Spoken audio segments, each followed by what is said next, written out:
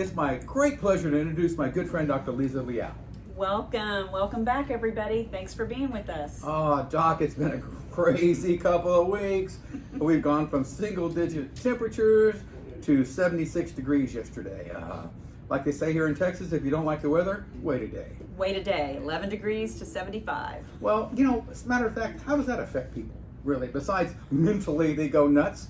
How about physically? Does that really hurt people's? It does, and the cold weather really hurt people that were, number one, if they were suffering from pain or they had chronic pain, the anxiety that was caused by not being able to get medications, not being able to get to the pharmacies.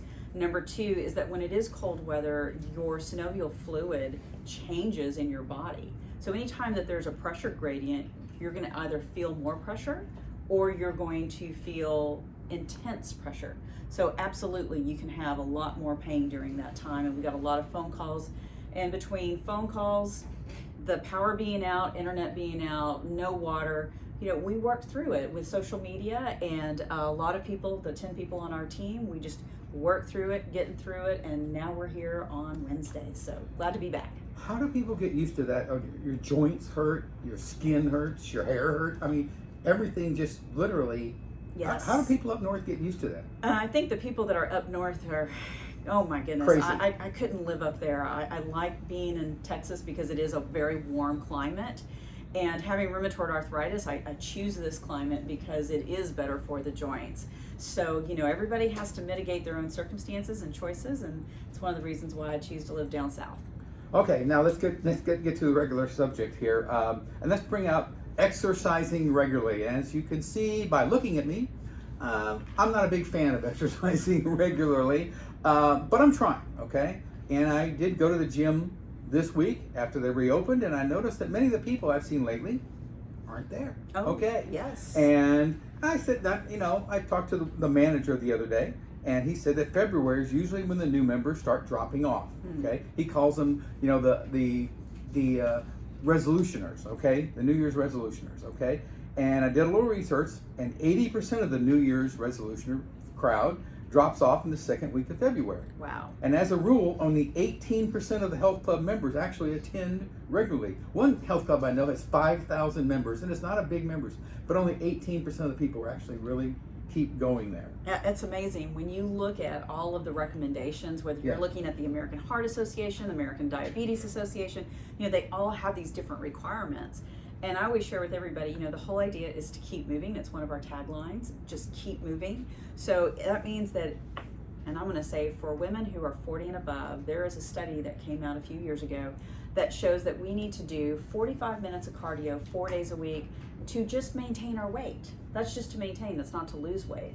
So there's a lot that we have to do. And when we have a New Year's resolution, we have the goal, we start it, but the motivation starts to die off from that. And so that's one of the things where I always say, small chunks, everybody, just put it from a week to week of what you want to accomplish.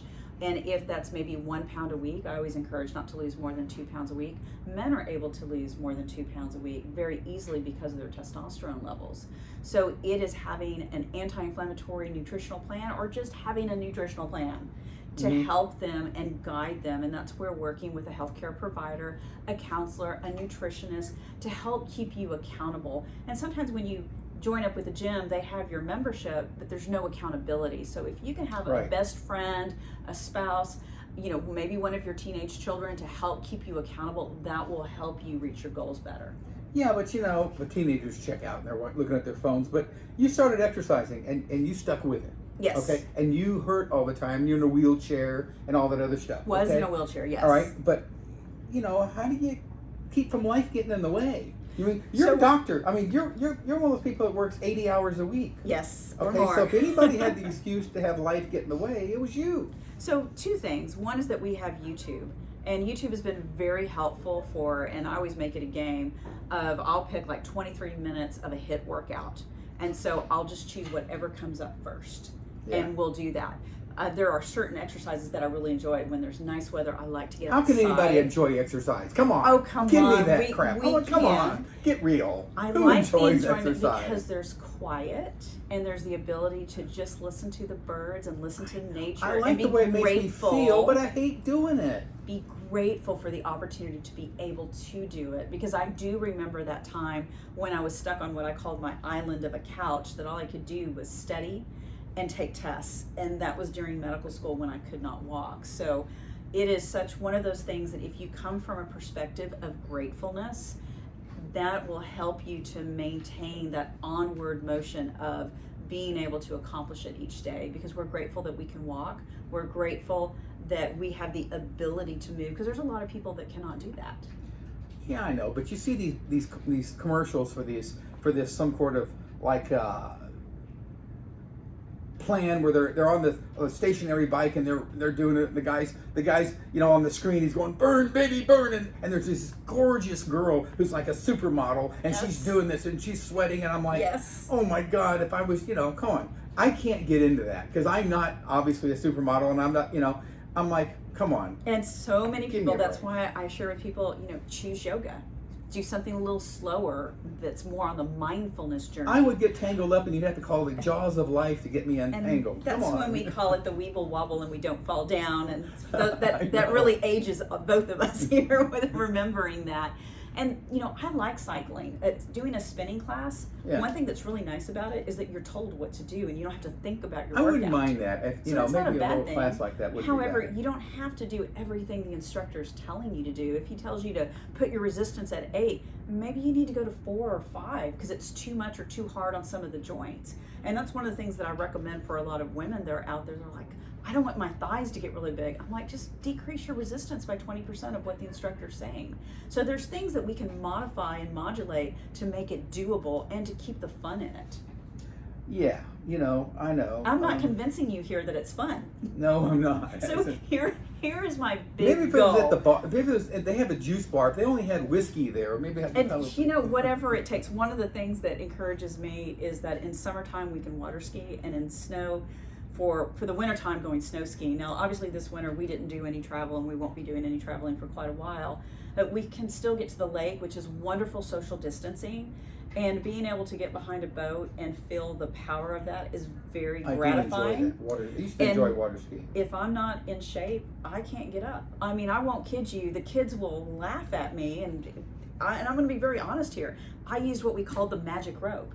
And you remember this. It's the V rope that keeps the slalom ski right in the middle so that you can get up and you're not swaying back and forth. Right. At 51, I finally graduated to the professional rope. So again, it's just about keep going, Right. I don't have to use the magic rope That's anymore. true. That's true. And if I have to start the summertime with the magic rope, I'm okay with it. The key is get started, keep moving, set a goal, and stick to it, and find an accountability partner.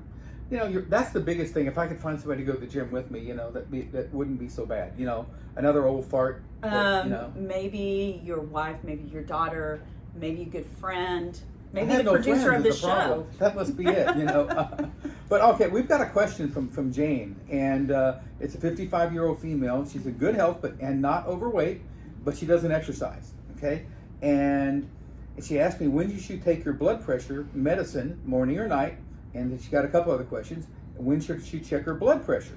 Finally, is there a natural way to get off? She's obviously taking blood pressure meds, and she's been on blood pressure meds for 10 years, and she wants to know if there's anything she can do to get off of them. So one thing that I would share with Jane is that those are all great questions. And when it comes to good health, it is what can you do, a small change, big reward. So that is what can I do for exercise? And we might not do it as exercise, we might call it stress relief and mindfulness of taking a 20-minute walk around the block. If you haven't been moving at all, it's a good place to start. And then your second question about when should I take my blood pressure medications? It's actually different for a lot of people. Most of my patients, I have them take it at night because it helps them to fall asleep. And then there's others that they take it in the morning and night. It just depends on your situation. To be able to get off of these blood pressure medications, we need to have a plan. So part of it is a nutritional plan to help get your vascularization going. There might be stem cell therapy so that we improve our vascularization, or hemo-ozone therapy, which we need to do a podcast on those alone. Yeah. And then to be able to get off completely, there's probably going to be some weight loss. And in addition, I mentioned at the very beginning, for women over the age of 40, we have to do 45 minutes of cardio in order to just maintain our weight. So by doing that, The key is get started. Start with maybe your 2-minute walk, 5-minute walk, 10-minute walk. And the reason I say 2-minute, everybody don't laugh at that, because that's where I started when I was back in a wheelchair. I started at 2 minutes. To the mailbox and back. And I didn't even make it to the mailbox. 2 minutes was like to the front yard and back. Okay. That's all I could do. And slowly, good friends would take me out to the golf course. They would drive, and they invited me to go putting the golf. And eventually I'd have to walk 6 feet, 8 feet, 10 feet. And then I got up to pitching, for those of you who are golf fans. And when I got to pitching where I could do a 30-foot, they took off. And I won't kid you, that was a scary moment, because I didn't think I could walk that far. And they did it because they believed in me more than I believed in myself. And a very vulnerable position to share that, because it was a very hard time in my life. And that's where we understand at Meridian Health Institute, we're going to meet you where you are to help you get to your goals. So if getting off of these medications is one of those goals, let's visit and let's see what the opportunities are. And it might be that we just get it down to 1 a day, or it might be that we're able to get you off. But the key is that meet with your doctor and let's put a plan together to make it happen. So in other words, you went to play golf and you made it all the way out to the windmill and then to the clown, and then you made it back, right? You are so funny. It was not putt-putt golf. Oh. It was what you call it, real golf? Oh, no. Putt-putt was way more fun than I do love putt-putt golf, though. It's a lot more fun. Anything that I can compete with, I enjoy. I know, it's way more fun. All right. But we were talking about, like, one way to drop blood pressure, wouldn't it, like, cut down on sodium and stuff like that? Absolutely, and that's why I always say needs to be a nutritional plan, because a lot of people don't eat breakfast, and that actually is a no-no when it comes to, somebody is having an emotional meltdown. I have a protein bar for breakfast. It's a start. Again, the key is that I'd rather you have protein than have a carbohydrate for breakfast, because I need the body to be fueled. You'll never take your car out and start it if it doesn't have fuel. So you have to treat your body that way too. Is it better to use little pink salt, the little Himalayan kind of salt? Is that better? I am a big Himalayan salt believer. It tastes so good. And is it not quite as bad as regular salt? It's the processed sodium salts that you see, that's the iodized white salt.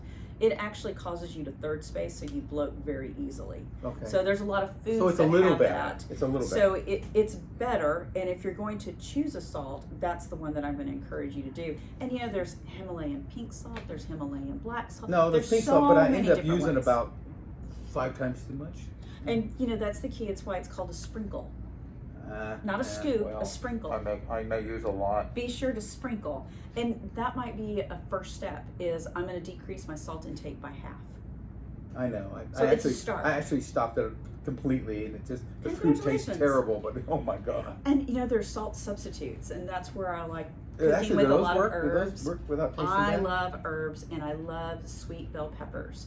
Those are the things that I use and I cook a lot. You can go to Sam's or Costco and get these bell peppers. There's 6 of them. I love and they're those. So good. They're tasty, they're flavorful, and I like big chunks in my food, so that for those in the family that don't want to eat that particular vegetable, they can easily pull it out. I encourage you to eat, because there's great antioxidants, and if you get it cooked just right, you're going to get a larger load of antioxidants rather than just where it's all soggy. Costco has those. They're green. There's the red, and there's the yellow. And if you can eat it raw, if you can handle that. Oh no, but they're just. It's even better for you. They've got the ground beef and the cheese, and it's so good. And stuffed ground peppers. Oh, that's so good. They're so good. They're so good. So good. I love it. So they're. It's always good stuff, and that stuff's not bad for you though, right? Yes, and I'm actually going to put that recipe on the website. So thanks for reminding me of that. I love stuffed bell peppers. But the recipe is go to Sam's or Costco and pick them up. That's the best part. No, That's make the best it at home. It takes 10 minutes. It's very easy. It takes less than that to go to Sam's Club or Costco and pick them up. It depends where you live. I know it works great. So, all right, guys. Once again, we're not too bad in time. We're doing pretty good. So I appreciate everything about the exercise, and we'll talk to them about getting off the salt and everything and helping that with your blood pressure. By the way, the upper number and lower. So what if your upper number on blood pressure isn't so bad, like 130 or something, but the lower number is up in the 90s and stuff. So where some people might have it And let's say if you drop off a salt, will that take the lower number and drop it a little bit? It will lower it. And one of the things that I always encourage people, it used to be, we wanted to be 120/70. That's the key words and the key numbers that you would hear. That might be the number what they're at. Now they've increased it to 135/85. The key is that follow up with your physician, find out what's best suited for you and your conditions. My physician's pretty tough though. I am.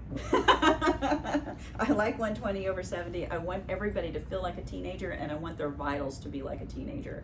So yes, I do want it definitely under 130, shoot for 120. And the bottom number, if it's over 85, we're now considered borderline. And if we're over 90, then you definitely need to be seeing your physician. I see her every couple of weeks. All right, I'm so glad you do. Okay, so maybe cutting the salt will help with some of that. Start with half salt. I actually started with no salt. That's even better. A lot of people do have difficulty when they do complete All right, folks. abstain. Now, if I've got bruises on me by next week, you'll know how my doctor got me. You got me in trouble with my doctor. That would never be the case. No, she won't ever see you won't ever see the bruises. I'll tell you what. We are here to encourage and inspire. You're just going to have to go on a walk with us. All right, folks. If you have a topic you want us to tackle, send us an email, info@everydayhealthhacker.com, and the great doctor will actually take care of every single one and send you an email back. All right. Anything else, Bob? Please subscribe to our podcast on your favorite platform and please send us some comments as well. And don't forget to check out our YouTube as well. Have a blessed day. Thanks, Doc.